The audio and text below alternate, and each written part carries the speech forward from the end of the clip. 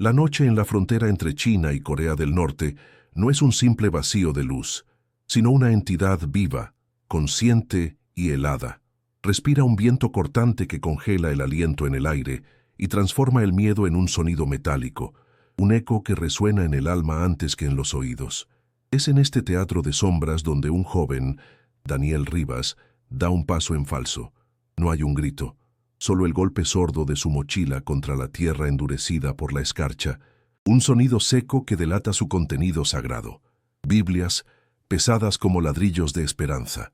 Los rostros de los guardias que emergen de la oscuridad no reflejan ira ni sorpresa, son máscaras de una indiferencia ideológica, pulidas por la rutina de apagar luces ajenas. Lo rodean en un silencio que es más amenazante que cualquier palabra. Sus movimientos son precisos, mecánicos, como si desmantelaran una máquina y no la vida de un hombre. El proceso es deshumanizante por su eficiencia. No hay preguntas, no hay acusaciones, solo un par de manos firmes que lo sujetan y lo guían hacia una oscuridad aún más profunda. Daniel no se resiste. Su cuerpo, aunque tembloroso por el frío y el terror, se mueve con una extraña docilidad, como si una parte de él ya supiera que este camino era inevitable. Lo arrastran por un sendero invisible, sus pies tropezando con raíces y piedras que no puede ver.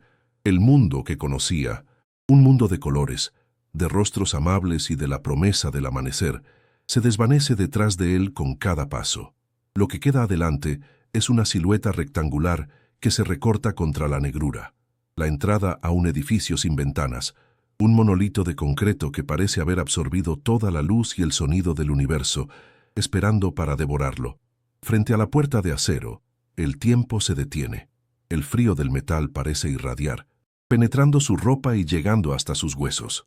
Uno de los guardias produce un sonido metálico, el de una llave girando en una cerradura oxidada, un chirrido que corta el aire como un lamento.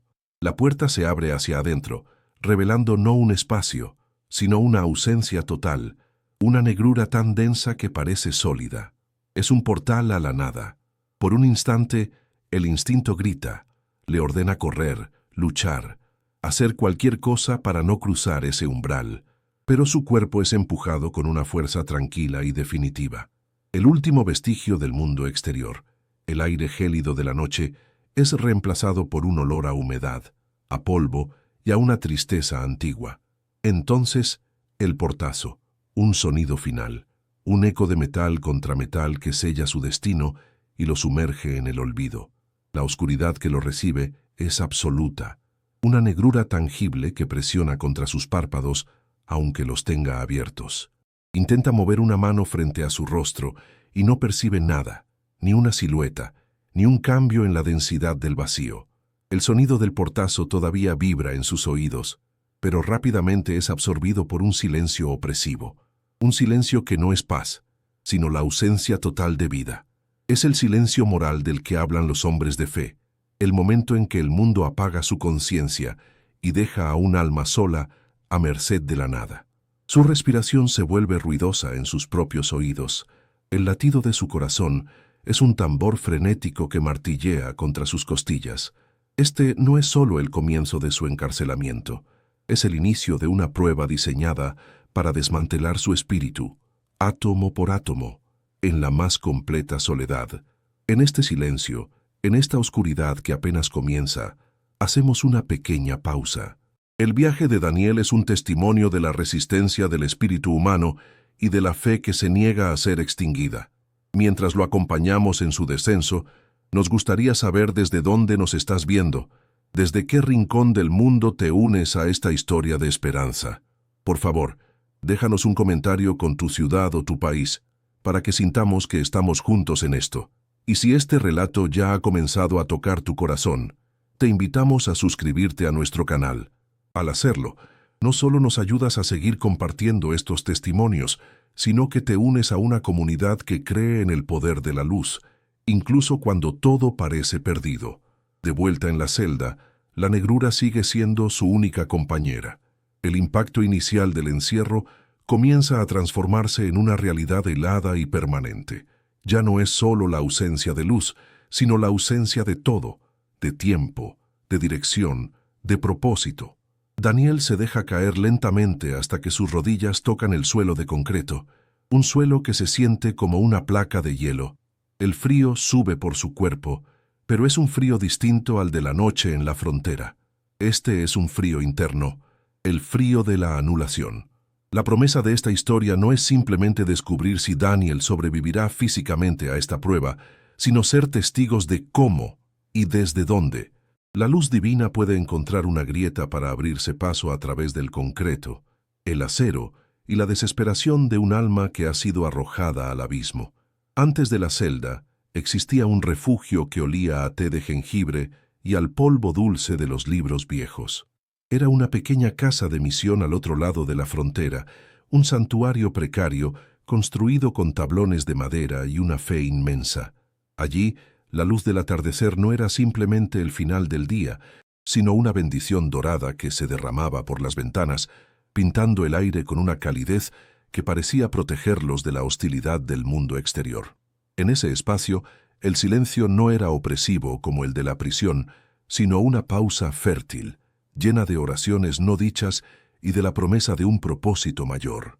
Daniel recordaba el calor de la estufa de leña, un corazón palpitante en el centro de la casa y el sonido suave de las páginas al pasar.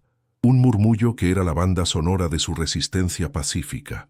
Ese lugar era la antítesis de su realidad actual.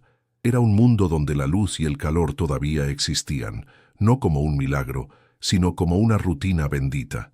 En el corazón de ese santuario, Daniel no era un héroe ni un mártir en potencia. Era simplemente un joven delgado, con dedos manchados de tinta y unos ojos que parecían absorber más luz de la que reflejaban. Su fe no se manifestaba en sermones apasionados ni en gestos grandilocuentes, sino en la paciencia con la que trazaba rutas en mapas gastados, en la caligrafía cuidadosa con la que anotaba nombres y lugares seguros en un cuaderno oculto. Era una corriente subterránea, serena pero inmensamente poderosa, una convicción silenciosa que guiaba cada uno de sus movimientos. Quienes lo veían trabajar notaban su vulnerabilidad, la fragilidad de su cuerpo frente a la maquinaria de un régimen brutal, pero también percibían una fuerza que no residía en sus músculos, sino en la claridad de su propósito. Creía, con una certeza casi infantil, que una sola semilla de luz, una sola Biblia, podía florecer incluso en la tierra más oscura y estéril. Las noches en la casa de misión estaban marcadas por comidas sencillas, compartidas en una larga mesa de madera. El vapor del arroz y de las verduras cocidas se mezclaba con las conversaciones en voz baja, un tejido de esperanzas y temores. Junto a otros voluntarios, jóvenes y viejos, de diferentes partes del mundo, compartía algo más que pan.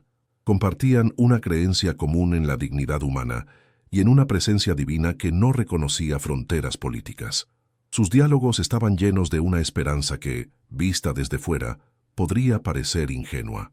Hablaban de pequeñas victorias, una familia que había recibido un paquete sin ser descubierta, un niño que les había sonreído en la calle, una canción de cuna que recordaba una vieja oración. Cada pequeña historia era un ladrillo con el que construían un muro invisible de resistencia contra la desesperanza que los rodeaba, reafirmando su humanidad en un entorno diseñado para aniquilarla. Sin embargo, esa paz era una capa de hielo delgada sobre un océano de peligro. El miedo era un residente constante en la casa, silencioso pero siempre presente. Se manifestaba en la forma en que todos se detenían y contenían la respiración cuando un vehículo desconocido pasaba por la calle en mitad de la noche. Se sentía en la pausa antes de abrir la puerta a un golpe inesperado, en la mirada rápida que intercambiaban cuando un extraño se quedaba observando la casa por demasiado tiempo. Vivían con la conciencia permanente de que su santuario podía ser profanado en cualquier instante, que sus vidas estaban suspendidas de un hilo. Este miedo no los paralizaba, sino que afilaba sus sentidos y profundizaba su dependencia de la fe. Cada nuevo amanecer era un pequeño milagro, una prueba de que aún no habían sido descubiertos, un día más para continuar con su trabajo silencioso y arriesgado. En la intimidad de su pequeño cuarto, la fe de Daniel adquiría una dimensión más profunda. Sus oraciones no eran peticiones desesperadas por seguridad, sino conversaciones serenas en la oscuridad. No pedía ser librado del peligro, sino tener el coraje para enfrentarlo. No suplicaba por su vida, sino por la fuerza para que su vida sirviera a un propósito más grande. Sostenía entre sus manos una vieja Biblia de bolsillo, con las cubiertas gastadas por el uso y las páginas suaves como la tela.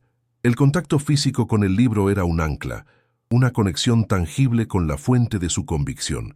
Sentía el peso de las palabras impresas, no solo como tinta sobre papel, sino como una promesa viva, una luz que había guiado a generaciones a través de noches mucho más oscuras que las que él enfrentaba.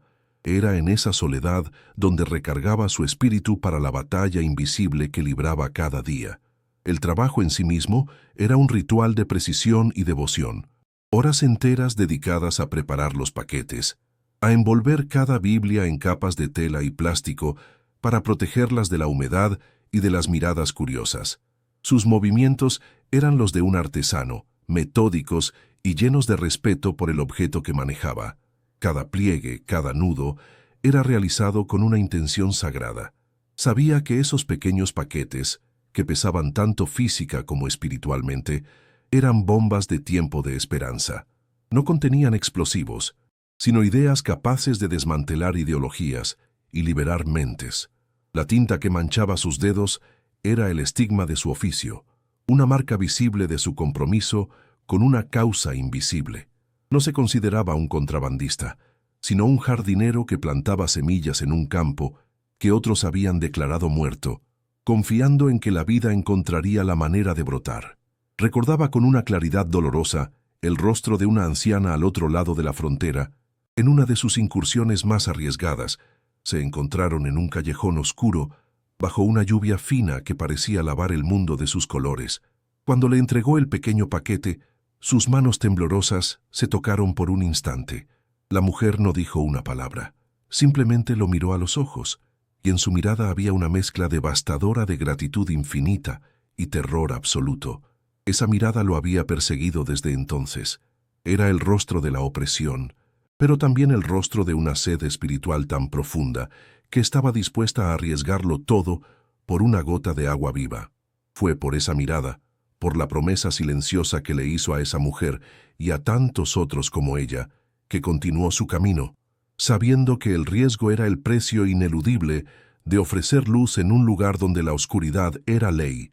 Ese calor humano, la textura del papel viejo, la luz dorada del atardecer, todo eso ahora parecía pertenecer a otra vida, a un sueño lejano que la oscuridad de la celda amenazaba con borrar por completo. El recuerdo de la casa de misión ya no era un consuelo, sino una fuente de dolor agudo, un recordatorio brutal de todo lo que había perdido. La fe serena que lo sostenía en su rutina diaria ahora se sentía como una brasa lejana, amenazada por el viento helado de la soledad y el silencio absoluto. La transición de aquel santuario de propósito a esta tumba de concreto había sido tan rápida y violenta que su espíritu aún no había asimilado el golpe. Aferrado a esos recuerdos, Daniel sentía cómo el peso de la injusticia comenzaba a sentarse sobre él, no como una carga externa, sino como un frío que empezaba a nacer desde dentro. La puerta de su celda no se abrió con la promesa de libertad, sino con la de un tormento más íntimo y calculado. La figura que se recortó en el umbral no era la de un simple guardia, sino la de un hombre cuya autoridad no emanaba de su uniforme impecable, sino del vacío absoluto en sus ojos. Era el comandante, un arquitecto de la desesperanza. Su rostro era un mapa de arrugas talladas por la indiferencia, y su postura, erguida y serena, desmentía la crueldad que administraba como una ciencia exacta. No había ira en su mirada, ni siquiera desprecio, solo una calma gélida, la de un entomólogo observando un insecto antes de clavarle un alfiler. Su presencia no introducía luz en la celda, sino que parecía absorber la poca que quedaba en el alma de Daniel, dejando un frío más profundo que el del propio concreto. Era la encarnación del sistema, un hombre cuya fe residía únicamente en el poder del Estado para desmantelar al individuo. Lo condujeron a una habitación pequeña, desnuda, iluminada por una única bombilla que colgaba del techo como un ojo vigilante. El aire olía a metal oxidado y a miedo rancio. El comandante se sentó detrás de una mesa de acero, invitando a Daniel a ocupar una silla frente a él con un gesto casi cortés. No hubo gritos ni amenazas. Su método era más sutil, más devastador. Su voz, un barítono tranquilo y sin inflexiones, comenzó a sondear la mente de Daniel, no buscando información, sino fisuras en su convicción. Hacía preguntas sobre su infancia, sobre su familia, sobre el momento exacto en que había decidido entregar su vida a un Dios invisible. Cada pregunta estaba diseñada para despojar a su fe de cualquier santidad, para reducirla a una simple respuesta psicológica, a un miedo infantil a la oscuridad que él, el comandante, ahora controlaba por completo. La humillación se intensificó cuando el comandante comenzó a burlarse de la naturaleza de su fe. Se reclinó en su silla, una sonrisa delgada y condescendiente jugando en sus labios. ¿Dónde está tu Salvador ahora, joven misionero? ¿Está observando desde detrás de estas paredes de concreto? ¿O quizás está demasiado ocupado con guerras y hambrunas más importantes? Sacó una carpeta y le mostró fotografías de otros prisioneros, sus rostros desfigurados por el sufrimiento, sus cuerpos rotos. Ellos también rezaron, dijo el comandante con una suavidad letal. Rezaron a tu mismo Dios. Mira los resultados. La fe es un veneno que te hace esperar una ayuda que nunca llegará. Aquí, la única deidad, la única fuerza real es el Estado, y el Estado no ofrece milagros, solo consecuencias. Cada palabra era un golpe de martillo contra los cimientos de la esperanza de Daniel. Fue entonces cuando dos guardias entraron en la habitación, portando pesadas cadenas de hierro ennegrecido. El comandante hizo una señal con la cabeza, y los hombres sujetaron a Daniel. El metal helado mordió la piel de sus muñecas, un frío que se sintió como una quemadura y que se extendió rápidamente por sus brazos. El sonido de los grilletes al cerrarse fue un chasquido seco y definitivo, un punto final en una sentencia no escrita. El peso fue inmediato, abrumador. No era solo el peso del hierro, sino el peso simbólico de la derrota, de la impotencia total. Las cadenas no solo restringían su movimiento físico, parecían diseñadas para anclar su espíritu a la tierra, para recordarle a cada instante que ya no era un siervo de Dios, sino una propiedad del régimen, una pieza más en su maquinaria de control y aniquilación. Lo arrojaron de vuelta a la oscuridad de su celda, y el eco del portazo metálico se mezcló con el nuevo sonido que dominaría su existencia, el arrastrar y tintinear de sus cadenas. Cada movimiento, por pequeño que fuera, era ahora un esfuerzo laborioso y ruidoso. Si intentaba acercarse a la pared, el hierro raspaba el suelo. Si se llevaba las manos al rostro, el peso tiraba de sus hombros hacia abajo. Las cadenas se convirtieron en una extensión de su cuerpo, una presencia constante que le recordaba su cautiverio en cada segundo de vigilia. Eran un instrumento de tortura física, pero su verdadero propósito era psicológico. Eran la voz incesante del comandante susurrándole al oído: estás atrapado, estás solo, tu fe no puede romper el acero. La oscuridad ya no estaba vacía, ahora estaba llena del sonido de su propia esclavitud.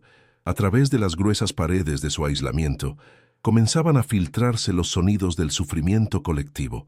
No eran palabras claras, sino un lenguaje universal de dolor, un tosido seco y persistente de una celda cercana, el gemido ahogado de un hombre en mitad de la noche, el llanto queda que a veces se oía a lo lejos, como el lamento de un fantasma.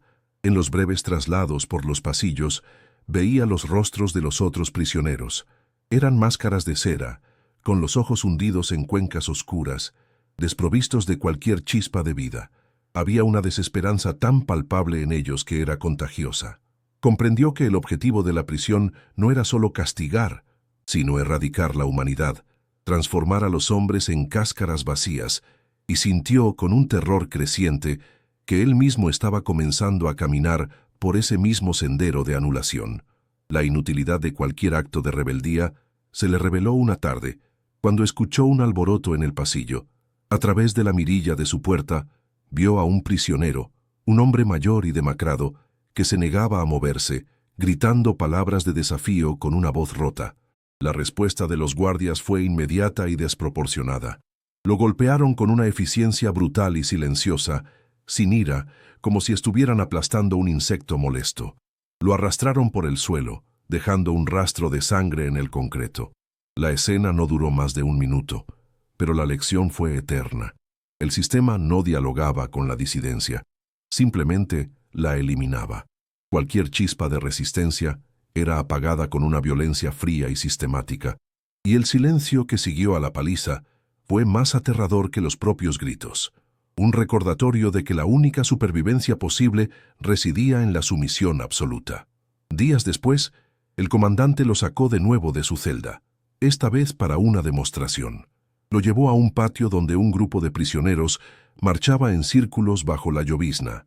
Sus movimientos eran mecánicos, sus miradas vacías, mientras recitaban al unísono lemas de lealtad al líder y al Estado. «Observa», dijo el comandante, su voz teñida de un orgullo perverso. «Estos hombres llegaron aquí como tú, llenos de ideas peligrosas y dioses imaginarios. Ahora están curados. Los hemos liberado de la carga del pensamiento individual. Han encontrado la paz en la obediencia». Daniel miró los rostros de aquellos hombres y no vio paz, sino un vacío más profundo que la muerte. Eran la prueba viviente del éxito del comandante, la encarnación de su filosofía. Y la imagen de esos autómatas humanos se grabó en su mente como una profecía de su propio futuro. El deterioro físico se aceleró. La ración de comida, una masa acuosa y sin sabor, apenas era suficiente para mantenerlo con vida. El hambre se convirtió en un dolor sordo y constante en su estómago, una bestia que lo devoraba desde dentro. La sed era peor, una sequedad abrasadora que agrietaba sus labios y hacía que tragar fuera un suplicio. El frío del suelo de concreto parecía haber penetrado sus huesos de forma permanente, provocándole temblores incontrolables que lo sacudían durante la noche. Su cuerpo, que ya era delgado, comenzó a consumirse. La debilidad física trajo consigo una niebla mental. Le costaba concentrarse, recordar los rostros de sus seres queridos, aferrarse a los versículos de las Escrituras que antes le daban tanto consuelo. Su cuerpo estaba traicionando a su espíritu, cediendo terreno al enemigo sin oponer resistencia. En la profundidad de una noche que parecía no tener fin, intentó orar. Se arrodilló, el frío de las cadenas contra sus rodillas, y cerró los ojos, buscando esa conexión familiar, esa presencia cálida que siempre lo había sostenido. Pero no encontró nada. Las palabras de sus oraciones se sentían como piedras en su boca, extrañas y pesadas. La imagen de un Dios amoroso y todopoderoso se desvanecía, reemplazada por la imagen del rostro sonriente del comandante y los ojos vacíos de los prisioneros en el patio. Por primera vez en su vida, una duda blasfema, fría como el acero de sus grilletes, se deslizó en su corazón. ¿Y si no hay nadie al otro lado de este silencio? ¿Y si este infierno es la única realidad? La grieta en el muro de su fe había aparecido, fina como un cabello, pero lo suficientemente profunda como para dejar entrar la oscuridad. El comandante había ganado esta batalla. Dejado de nuevo en la soledad absoluta, Daniel ya no luchaba. El silencio que lo envolvía había cambiado de naturaleza. Ya no era una simple ausencia de sonido. Se había convertido en una entidad pesada, tangible, que presionaba su pecho y le robaba el aliento. Estaba impregnado del eco de las burlas del comandante, del peso de sus cadenas y de la desesperanza que había visto en los ojos de los demás. La oscuridad ya no era un lienzo en blanco sobre el que podía proyectar su fe, sino un espejo que le devolvía el reflejo de su propia derrota inminente. El peso de la injusticia ya no era una carga externa. Se había fusionado con él, convirtiéndose en el ritmo lento y pesado de su propio corazón, que latía cada vez más débilmente en la anticipación del colapso final. El tiempo había dejado de existir. Ya no había día ni noche, solo una continuidad ininterrumpida de oscuridad, puntuada por el dolor sordo en sus muñecas y el frío que se negaba a abandonar sus huesos. La noción del tiempo se había disuelto en un océano de negrura, dejando a Daniel a la deriva en un presente eterno y sin forma. Intentaba medir las horas por el ritmo de su propio corazón, pero incluso ese tambor interno se había vuelto errático, a veces acelerándose con pánico, otras veces ralentizándose hasta un murmullo casi imperceptible. La única certeza era el peso de las cadenas, un recordatorio constante de que su cuerpo seguía anclado a ese suelo de concreto, mientras su mente se desintegraba lentamente en el vacío. La oscuridad ya no era un simple entorno, era el universo entero, y él era su único y olvidado habitante, un astronauta perdido en un espacio sin estrellas. La sed era ahora un fuego, una brasa ardiente alojada en el fondo de su garganta que ninguna cantidad de saliva podía apaciguar. Cada intento de tragar era un acto de tortura, un roce de papel de lija contra carne viva. Sus labios estaban agrietados y secos, y su lengua se sentía hinchada, extraña dentro de su propia boca. El hambre había pasado de ser un dolor agudo a una debilidad profunda y paralizante, una fuerza que le robaba la energía de sus músculos y la claridad de sus pensamientos. Su cuerpo, que una vez fue el vehículo de su fe y su propósito, se había convertido en una prisión dentro de la prisión, una jaula de dolor y necesidad que gritaba con más fuerza que cualquier oración. Sentía cómo la vida se le escapaba, no en un torrente, sino gota a gota, evaporándose en el aire viciado y sin luz de la celda. El silencio también había mutado. Ya no era una ausencia de sonido, sino una presencia física, una entidad densa y sofocante que lo envolvía como un sudario. En ese silencio, las palabras del comandante resonaban con una claridad aterradora, repitiéndose en un bucle infinito. La imagen de los prisioneros con los ojos vacíos, la lógica fría de que la fe era una debilidad, todo ello se había convertido en el único evangelio disponible. El silencio le gritaba que Dios lo había abandonado, que sus oraciones se habían perdido en el vacío entre el cielo y la tierra. Era un silencio acusador, un juez implacable que le presentaba una y otra vez las pruebas de su propia futilidad. La soledad se había transformado en abandono, y el abandono estaba empezando a sentirse como la verdad última y definitiva del universo. Su mente, privada de cualquier ancla externa, comenzó a devorarse a sí misma. Los recuerdos, que al principio habían sido un refugio, ahora se volvían borrosos y distantes, como paisajes vistos a través de una ventana empañada por la lluvia. El rostro de su madre, el calor del sol en su piel, el sabor del pan recién horneado, todo se desvanecía en una niebla de agotamiento y desesperación. Intentaba aferrarse a ellos, pero se deshacían como arena entre sus dedos. Lo que quedaba eran fragmentos, imágenes rotas que solo servían para recordarle la inmensa distancia que lo separaba de la vida que una vez conoció. Su identidad se estaba deshilachando, su pasado se borraba, y lo único que parecía real era el dolor presente y la oscuridad que lo contenía todo. Incluso las palabras de las Escrituras, que habían sido el mapa de su alma, comenzaron a perder su significado. Intentaba recitar los salmos en su mente, pero las frases se rompían, las palabras se volvían huecas, meros sonidos sin consuelo ni poder. La promesa de un pastor que lo guiaba por valles de sombra y de muerte se sentía como una burla cruel en este valle donde no había más guía que el eco de su propia desesperación. La armadura de su fe, que había creído tan sólida, se revelaba ahora como un tejido frágil, incapaz de detener las lanzas del hambre, la sed y el silencio. Dios no solo estaba en silencio, parecía haber desaparecido por completo, llevándose consigo el lenguaje mismo que Daniel usaba para buscarlo. Se encontraba espiritualmente mudo en un universo sordo. La imagen del comandante se superponía a cualquier intento de visualizar un rostro divino, su sonrisa condescendiente, sus ojos vacíos de compasión, su voz tranquila y metódica, explicando la inutilidad de la esperanza. En la batalla por el alma de Daniel, el comandante parecía haber ganado. Su lógica fría y brutal se había filtrado a través de las grietas de la fe de Daniel y ahora parecía la única verdad coherente. ¿Dónde estaba el Dios de los milagros? ¿Dónde estaba el libertador de los cautivos? Quizás el comandante tenía razón. Quizás el universo era simplemente un mecanismo indiferente de poder y consecuencia, y él era solo un engranaje roto a punto de ser descartado. La duda ya no era una pregunta, era una conclusión que se asentaba en su corazón con el peso del plomo. Entonces, su cuerpo se rindió. No fue una decisión consciente, sino un colapso sistémico. Sus rodillas, incapaces de soportar por más tiempo el escaso peso de su cuerpo, cedieron sin previo aviso. Cayó hacia adelante. El impacto de su frente contra el suelo de concreto fue un golpe sordo y húmedo. El sonido metálico de las cadenas al chocar contra el piso fue el único acompañamiento de su caída. Se quedó allí, con el rostro presionado contra la superficie helada, sin la fuerza ni la voluntad para moverse.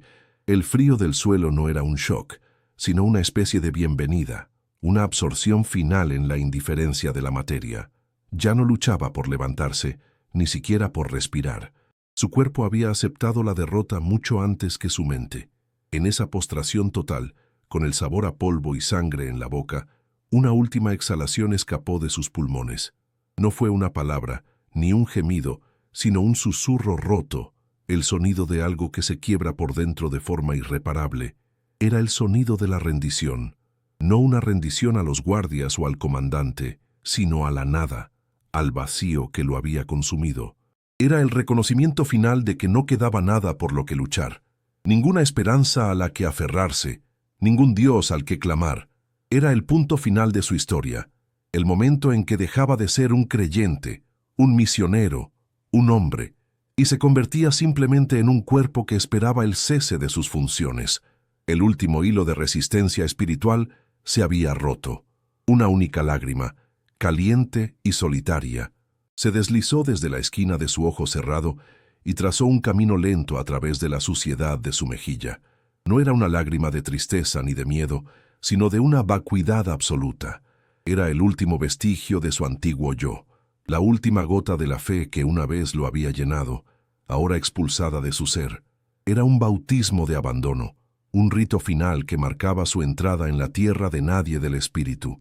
La lágrima se mezcló con el polvo del suelo, desapareciendo en la oscuridad, y con ella se fue la última chispa de Daniel Rivas, el joven que creía que la luz podía florecer en cualquier lugar. En su lugar solo quedaba una cáscara humana, vacía y quieta. Después de la lágrima, solo quedó el vacío. Un silencio absoluto descendió sobre la celda, un silencio que era diferente a todo lo anterior. Ya no era opresivo ni acusador, era simplemente nada. El latido de su corazón se había ralentizado hasta convertirse en un eco lejano. Su respiración era tan superficial que apenas movía su pecho. El tiempo, el dolor, los recuerdos, todo se había detenido. Era el punto cero, el fin de todo movimiento, tanto físico como espiritual. La narrativa de su vida se había detenido en una página en blanco. Se encontraba en un estado de suspensión total, un limbo entre la vida y la muerte, donde el alma, agotada de luchar, simplemente había dejado de ser. Era el final de la resistencia humana, el momento en que la voluntad se quiebra y el espíritu se apaga por completo. El hombre había llegado a su límite, había tocado el fondo del abismo más profundo y oscuro que un alma puede conocer. La celda ya no contenía a un prisionero, sino el eco de uno, un cuerpo inmóvil en una oscuridad que parecía haber ganado la batalla final. Pero es precisamente en este punto, en el vacío absoluto donde el hombre termina y toda esperanza humana se extingue, que se crea el espacio necesario para que algo más, algo imposible, pueda comenzar a manifestarse. La noche había alcanzado su punto más oscuro, el instante justo antes de que una luz inconcebible rompiera todas las reglas. En la quietud absoluta de su rendición, cuando el último vestigio de su ser se había disuelto en la nada, algo cambió. No fue un sonido ni un movimiento, sino una alteración casi imperceptible en la temperatura del aire, un calor sutil, que no provenía de ninguna fuente externa, comenzó a nacer en el centro de la celda. No era el calor de un fuego o del sol, sino un calor orgánico, vivo, como el que emana de un cuerpo que respira o el que se siente en el primer día de la primavera después de un invierno largo y cruel. Se filtraba a través de la oscuridad, no para combatirla, sino para llenarla con una cualidad diferente. Una promesa de que el frío no era la única realidad posible en el universo. Daniel, inmóvil en el suelo, sintió este cambio en su piel antes de que su mente agotada pudiera siquiera procesarlo. Este calor incipiente creció con una lentitud deliberada, una paciencia infinita. Era una presencia cálida que se expandía, empujando suavemente la frialdad del concreto y del acero hacia los rincones más lejanos de la celda.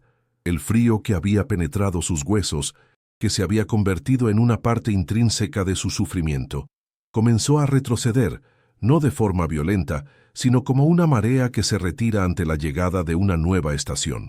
La sensación era tan extraña, tan imposible en ese entorno de aniquilación, que por un momento Daniel pensó que era la alucinación final, el último truco de una mente que se apagaba. Pero el calor era persistente, real, y traía consigo una sensación de vida que él creía haber perdido para siempre, un consuelo físico que precedía a cualquier entendimiento espiritual. Junto con el calor, llegó la luz. No fue un destello repentino, ni la luz artificial de una bombilla. Fue un fenómeno mucho más profundo y misterioso. El propio aire de la celda comenzó a brillar, a llenarse de una luminiscencia suave y dorada, como si millones de partículas de polvo de oro hubieran sido liberadas en la negrura. La luz no tenía una fuente, era su propia fuente. No proyectaba sombras, sino que las disolvía, llenando cada centímetro cúbico del espacio con un resplandor que era a la vez brillante y gentil. Era una luz que no revelaba los contornos sucios de la prisión, sino que parecía transfigurarlos, convirtiendo la tumba de concreto en un santuario improvisado, un espacio sagrado separado del resto del mundo. La luz dorada se intensificó, no para cegar, sino para revelar, y en su centro, la niebla luminosa comenzó a densificarse, a cualecer lentamente hasta formar una silueta. No era la figura de un hombre en el sentido tradicional. No tenía rostro, ni ropas, ni rasgos definidos. Era una presencia tejida con los mismos hilos de esa luz cálida, una forma humanoide que irradiaba una paz tan absoluta y abrumadora que detuvo el último eco de miedo en el alma de Daniel. Su existencia misma era una contradicción a todo lo que el comandante representaba. No era un poder que oprimía, sino una fuerza que liberaba. No era una autoridad que exigía sumisión, sino un amor que invitaba a la rendición. Era la encarnación de una calma que el mundo no podía dar ni quitar. Con un esfuerzo que parecía requerir la energía de toda una vida, Daniel levantó lentamente la cabeza del suelo helado. Sus ojos, nublados por el sufrimiento y la deshidratación, parpadearon ante la luz imposible.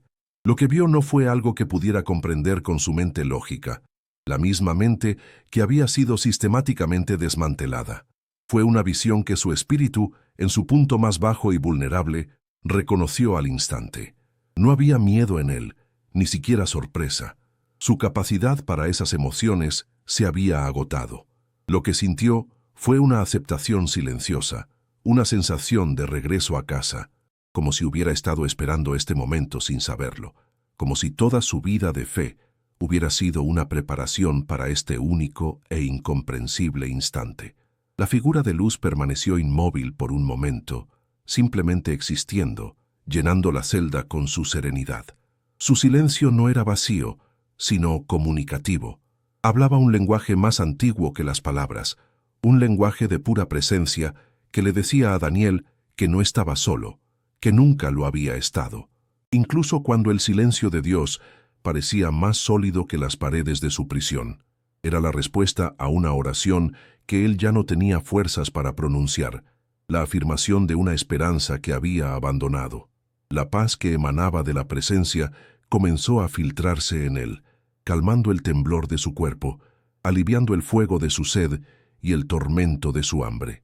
Era un bálsamo aplicado directamente sobre las heridas de su alma. Entonces, la forma de luz se movió.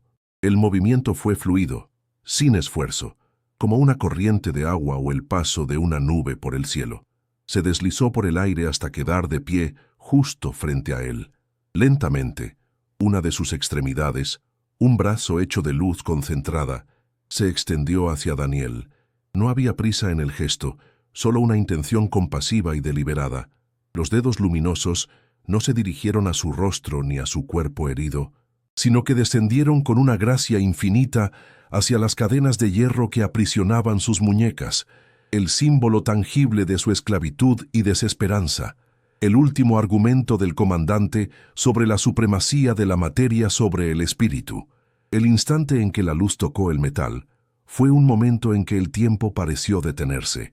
El calor vivo de la presencia divina se encontró con el frío muerto del hierro forjado por el hombre. No hubo un choque, ni una chispa, ni una demostración de poder violento.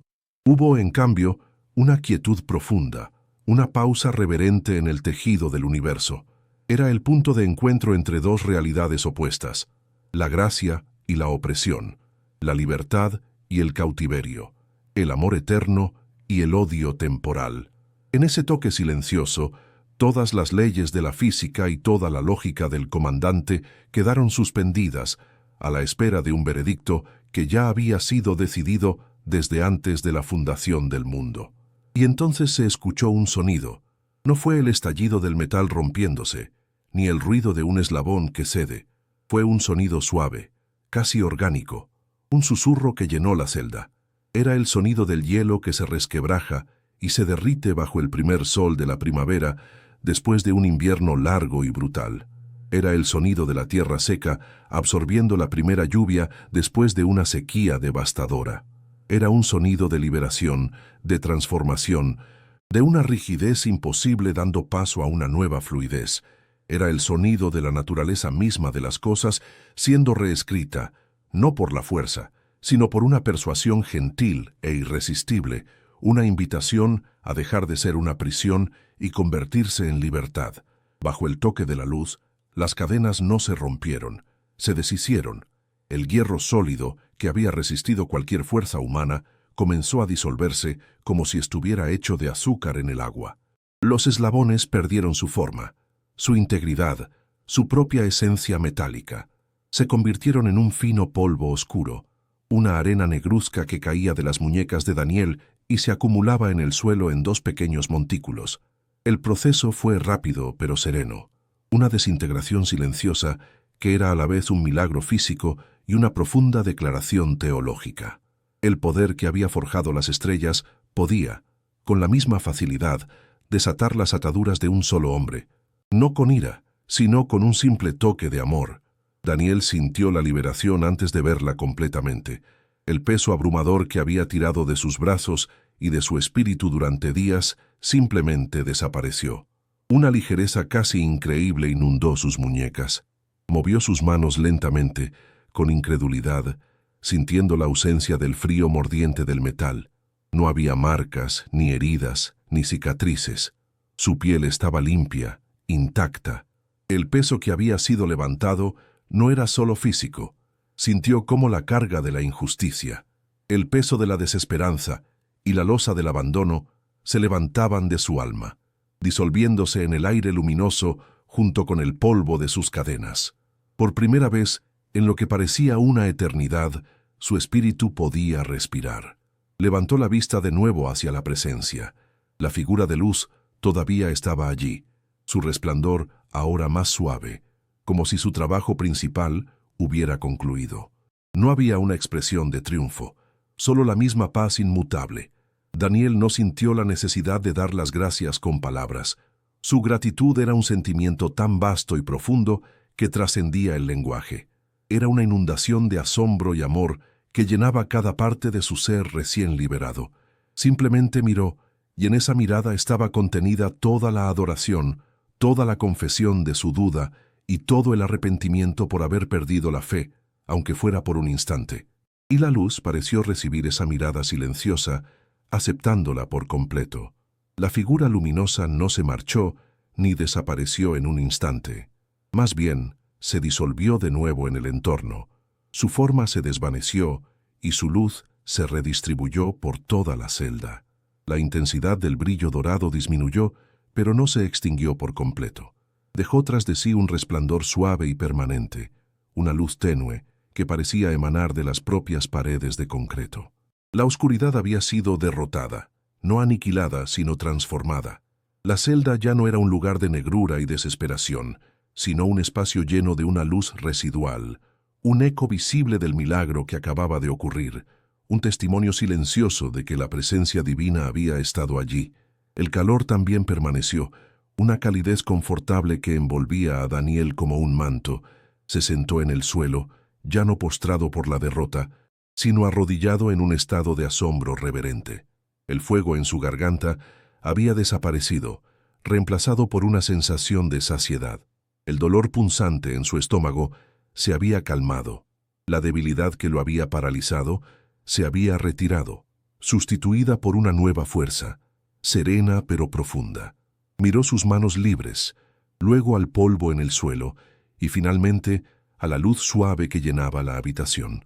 El colapso había sido total, la rendición absoluta, y en el fondo de ese abismo no había encontrado el vacío, sino una gracia incomprensible. Daniel estaba solo de nuevo, pero la naturaleza de su soledad había cambiado para siempre. Ya no era el aislamiento de un hombre abandonado por su Dios, sino la quietud sagrada de alguien que acababa de estar en su presencia. El silencio había regresado, pero ahora era un silencio lleno de significado, un silencio fértil donde la fe podía volver a echar raíces y crecer, más fuerte y más profunda que nunca. Las cadenas se habían ido, pero el verdadero milagro no estaba en el polvo metálico del suelo. El verdadero milagro había ocurrido dentro de él. La luz no solo había roto sus cadenas físicas, había reconstruido su alma rota y había dejado una certeza inquebrantable en su corazón. Incluso en la noche más oscura, no estaba solo. El primer eco del milagro no fue un estruendo, sino un sonido casi imperceptible, un murmullo que desafiaba la acústica de la desesperación. Un canto. No era una melodía de triunfo ni un himno de desafío, sino una canción de cuna, baja y serena, que comenzó a emanar de la celda de aislamiento. La voz de Daniel, que se creía extinguida, resurgía ahora, no rota por el sufrimiento, sino purificada por él. Era un sonido tan fuera de lugar en aquel infierno de silencio y dolor que parecía una anomalía en el tejido mismo de la realidad. El canto se filtraba a través del acero y el concreto, no como un grito que busca escapar, sino como una luz que simplemente se niega a permanecer oculta, una vibración de paz que comenzó a viajar por los pasillos desolados de la prisión, llevando consigo una pregunta imposible: ¿cómo puede cantar un hombre muerto? El sonido llegó a los oídos de dos guardias que hacían su ronda nocturna. Sus pasos pesados y rítmicos eran la única percusión habitual en aquel sector. Se detuvieron abruptamente, intercambiando una mirada de incredulidad. Estaban acostumbrados a los sonidos de la prisión, los gemidos, los sollozos ahogados, los gritos de las pesadillas. Pero esto era diferente. Era una melodía coherente, tranquila, casi hermosa. Su primer instinto fue la sospecha. Quizás el prisionero finalmente se había quebrado, su mente fracturada por la soledad. O peor, podría ser una treta, una forma de atraerlos a una trampa.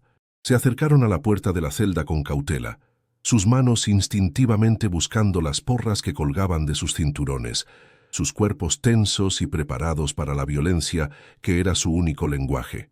Uno de los guardias, el más veterano, se inclinó para mirar por la mirilla de la puerta, esperando encontrar al prisionero acurrucado en un rincón, balbuceando incoherentemente, pero lo que vio le robó el aliento. En lugar de la oscuridad absoluta que debía reinar en la celda de castigo, una luz suave y dorada llenaba el espacio, una luz que parecía no tener fuente. Y en el centro de ese resplandor vio la silueta de Daniel, no postrado, sino de pie. El guardia retrocedió de un salto, como si hubiera recibido una descarga eléctrica, tropezando con sus propios pies. Se llevó una mano a los ojos, parpadeando frenéticamente, tratando de entender si lo que había visto era real o una alucinación provocada por la fatiga y la monotonía del turno de noche. Su compañero lo miró, su rostro una mezcla de confusión y alarma. La reacción del veterano fue suficiente para borrar cualquier duda. No era una alucinación. Algo inexplicable estaba ocurriendo dentro de esa celda. El miedo, una emoción que rara vez sentían en su posición de poder, comenzó a deslizarse por sus espinas dorsales. Era el miedo a lo desconocido, a algo que no podían controlar ni entender. Tras un breve intercambio de palabras tensas y susurradas, tomaron una decisión. Esto iba más allá de un simple prisionero que había perdido la razón. Con manos temblorosas, El guardia más joven sacó el pesado manojo de llaves. El sonido del metal contra la cerradura fue anormalmente ruidoso en el pasillo silencioso, un sonido que parecía profanar la extraña santidad que se había apoderado de aquel lugar. El pesado cerrojo se deslizó con un quejido metálico, anunciando la inminente revelación. La puerta de acero se abrió hacia adentro con un chirrido lento, revelando la escena en su totalidad. El canto de Daniel se detuvo. Los guardias se quedaron congelados en el umbral, sus mentes incapaces de procesar la contradicción que tenían ante sus ojos. Allí estaba Daniel, de pie en el centro de la celda, su cuerpo ya no encorvado por el dolor, sino erguido con una calma sobrenatural. Su rostro, que recordaban demacrado y sucio, estaba limpio, sereno, y parecía irradiar una luz propia. Sus ropas estaban raídas, pero él parecía envuelto en una dignidad que ninguna tela podía conferir, y a sus pies, donde deberían haber estado las pesadas cadenas de hierro, solo había dos pequeños montículos de un fino polvo oscuro, como las cenizas de una batalla que ya había sido ganada. El asombro les robó el aliento, anclando sus botas al suelo de concreto. La luz en la celda no era cegadora, sino cálida y acogedora, y parecía pulsar suavemente, como si el propio aire estuviera respirando. Los dos hombres, acostumbrados a imponer su voluntad a través de la fuerza bruta, se encontraron completamente desarmados. Sus porras se sentían ridículamente inútiles. Sus uniformes, que simbolizaban el poder del Estado, parecían meros disfraces ante la autoridad silenciosa que emanaba del prisionero. No se atrevieron a dar un paso más. El espacio de la celda se había transformado. Ya no era una cámara de tortura, sino un territorio sagrado, y ellos eran intrusos profanos en un lugar donde las reglas del mundo exterior ya no aplicaban. Incapaces de actuar o de comprender, hicieron lo único que su entrenamiento les dictaba ante una situación fuera de control. Llamaron al comandante. La noticia corrió por los canales internos de la prisión como una onda de choque silenciosa, una anomalía en la celda de aislamiento. El comandante, sacado de su despacho, caminó por los pasillos con paso rápido y decidido, su rostro una máscara de irritación.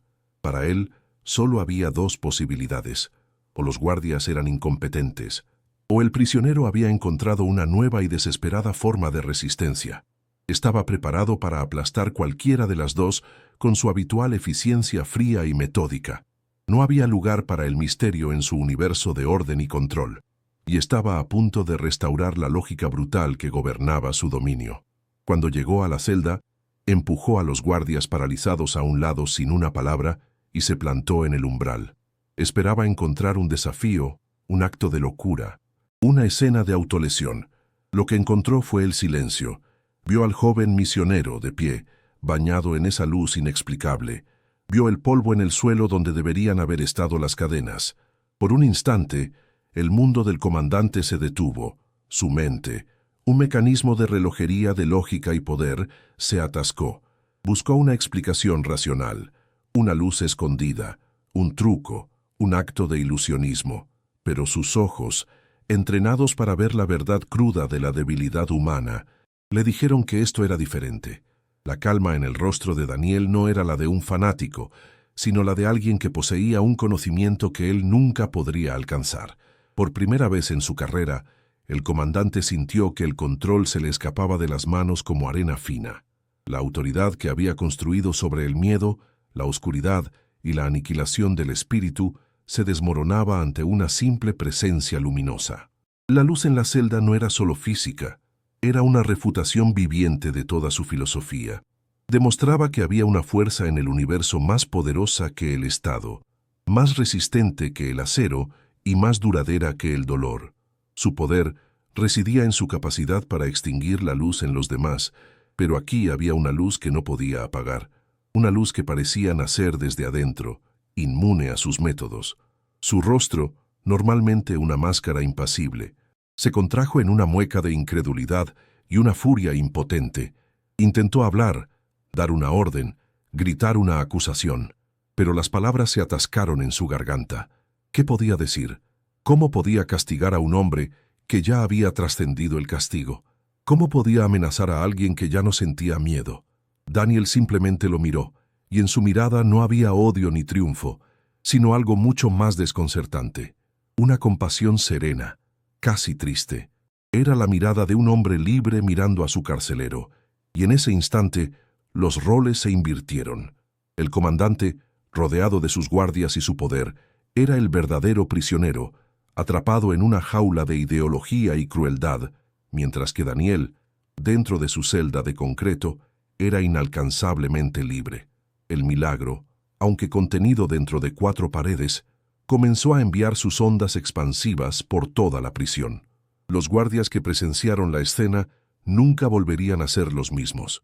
La historia, susurrada en los pasillos, se extendería entre los prisioneros como un reguero de pólvora espiritual. El miedo absoluto que el comandante había cultivado con tanto esmero fue reemplazado por algo nuevo, un asombro temeroso, una duda sobre la omnipotencia del régimen. Una grieta había aparecido en la fachada de la opresión, y a través de ella se filtraba una luz de posibilidad. El equilibrio de poder en aquel microcosmos de desesperanza había cambiado irrevocablemente, no por una rebelión, sino por un acto silencioso de gracia divina que había demostrado que las cadenas más fuertes podían convertirse en polvo. Derrotado, el comandante hizo lo único que le quedaba para intentar contener lo incontenible.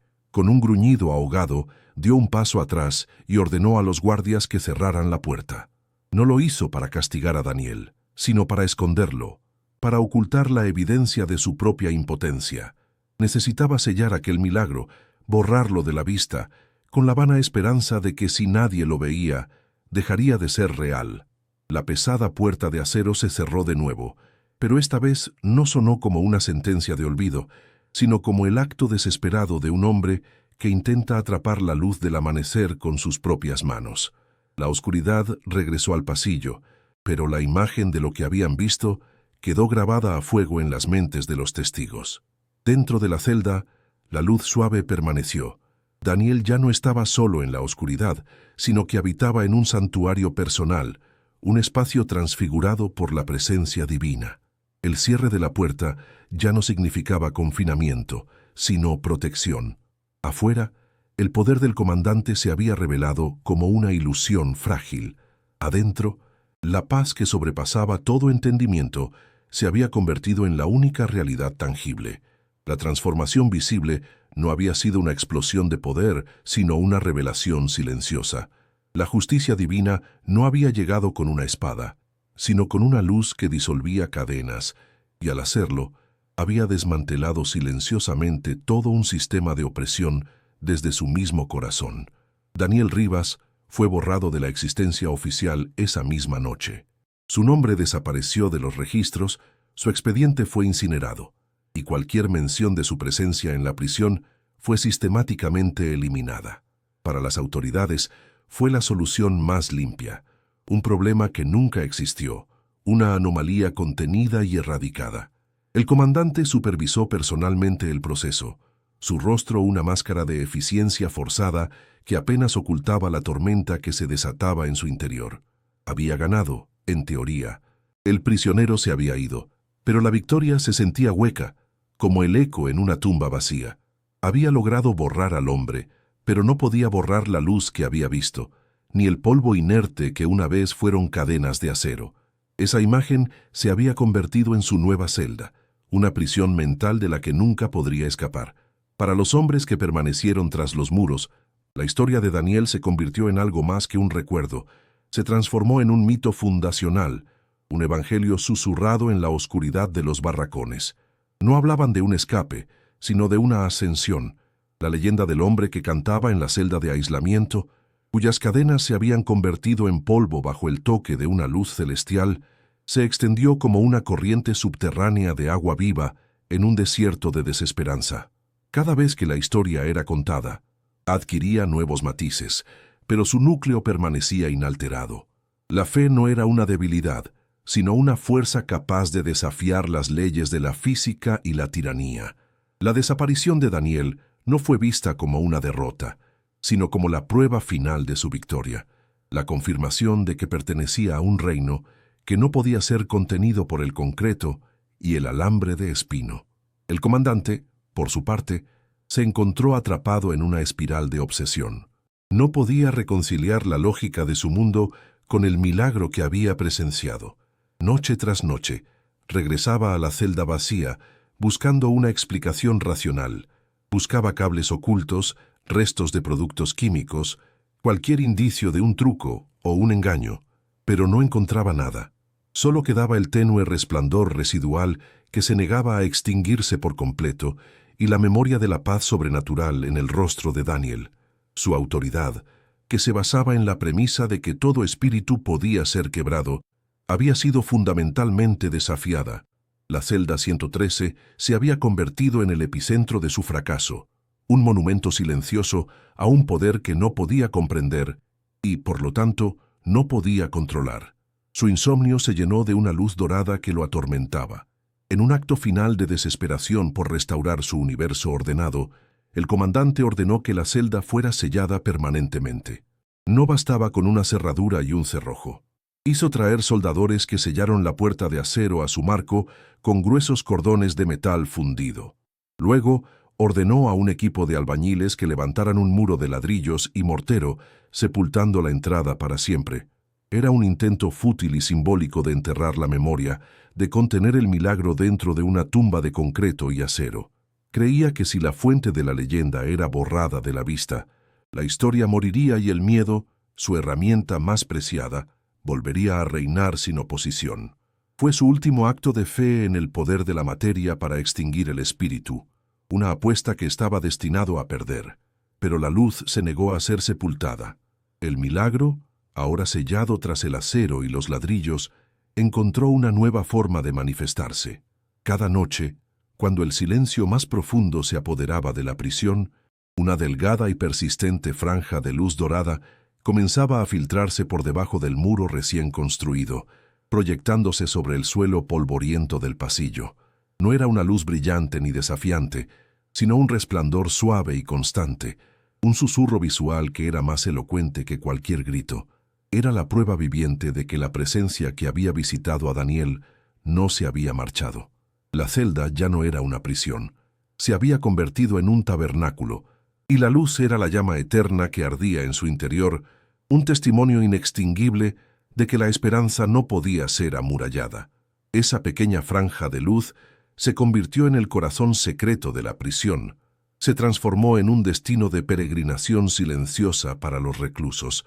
Durante los traslados, arriesgándose a ser castigados, los hombres desviaban la mirada por una fracción de segundo hacia el pasillo prohibido, buscando con la vista ese faro en miniatura. Ver la luz era un acto de resistencia, una recarga espiritual que les daba fuerzas para soportar un día más. No necesitaban entenderla, solo necesitaban saber que estaba allí. Se convirtió en su símbolo compartido, un recordatorio de que incluso en el lugar más oscuro de la tierra, en el corazón mismo de la opresión, existía una luz que el régimen no podía apagar, una verdad que no podía sellar, una libertad que no podía encarcelar. Lentamente, casi de forma imperceptible, la atmósfera de la prisión comenzó a cambiar. El peso de la desesperanza colectiva se aligeró. El miedo seguía presente, pero ya no era la única emoción en el aire. Fue matizado por un asombro reverente, por una semilla de esperanza que la leyenda de la celda había plantado en cada corazón. Empezaron a ocurrir pequeños actos de humanidad, un prisionero compartiendo su escasa ración de agua, otro susurrando una palabra de consuelo a un recién llegado, un guardia que, habiendo presenciado el milagro, comenzaba a mirar a los reclusos no como números, sino como hombres. La luz no había derribado los muros de la prisión, pero había comenzado a derribar los muros que los hombres habían construido alrededor de sus propias almas. Con el tiempo, el comandante fue transferido. Su incapacidad para erradicar la leyenda y restaurar el antiguo orden de miedo absoluto fue vista por sus superiores como un signo de debilidad. Se marchó en silencio, sin la pompa de un líder victorioso, sino con la sombra de un hombre perseguido. Se fue sabiendo que, a pesar de todo su poder, había sido derrotado no por una rebelión armada, sino por una luz que no podía extinguir y una canción que no podía silenciar. Su partida fue la confirmación final de que el milagro había reconfigurado el equilibrio de poder, demostrando que la verdadera autoridad no reside en la capacidad de infligir dolor, sino en la capacidad de soportarlo y transformarlo en luz. Años después, la prisión seguía en pie, un monumento a la brutalidad del hombre. Pero la leyenda de la celda 113, la celda que aún brilla, se había convertido en parte de su tejido, en su alma secreta. Los guardias nuevos escuchaban la historia de los veteranos, y los prisioneros recién llegados la aprendían como la primera y más importante regla no escrita de supervivencia espiritual. El nombre de Daniel Rivas se había perdido en el tiempo, como una piedra arrojada a un océano profundo. Pero su legado no era su nombre, sino la luz. Esa luz se convirtió en su testimonio eterno, un eco visible de las cadenas rotas, un mensaje para todos los que vendrían después, susurrando a través de las décadas que la noche más oscura no puede apagar la llama de una fe verdadera. El testimonio de esta historia no reside en la espectacularidad del milagro, sino en su persistencia silenciosa. No es una historia sobre cómo escapar de la prisión, sino sobre cómo encontrar la libertad dentro de ella. La luz que se filtraba bajo la puerta sellada era la prueba de que el espíritu humano, cuando es tocado por lo divino, se convierte en una fuerza indomable. Nos recuerda que la fe no es la ausencia de duda o de dolor, sino la decisión de creer que hay una presencia amorosa, incluso cuando todo lo que podemos sentir es el frío del abandono. La verdadera prueba no es si podemos evitar la oscuridad, sino si podemos convertirnos en portadores de luz dentro de ella, transformando nuestras propias celdas en santuarios. Así, la luz de la celda 113 sigue brillando en la memoria de aquellos que la vieron y en las historias que continúan inspirando a otros. Es un recordatorio de que los milagros más profundos a menudo no son los que alteran el mundo exterior, sino los que reconfiguran nuestro universo interior, rompiendo las cadenas invisibles de la desesperación y el miedo. El legado de Daniel es una pregunta que flota en el aire, tan relevante hoy como lo fue entonces. ¿Qué luz te niegas a dejar que se apague dentro de ti? La historia se cierra, pero la luz permanece, invitándonos a buscarla en nuestros propios lugares de oscuridad. ¿Y tú? ¿Has sentido alguna vez la presencia de Dios en medio del dolor?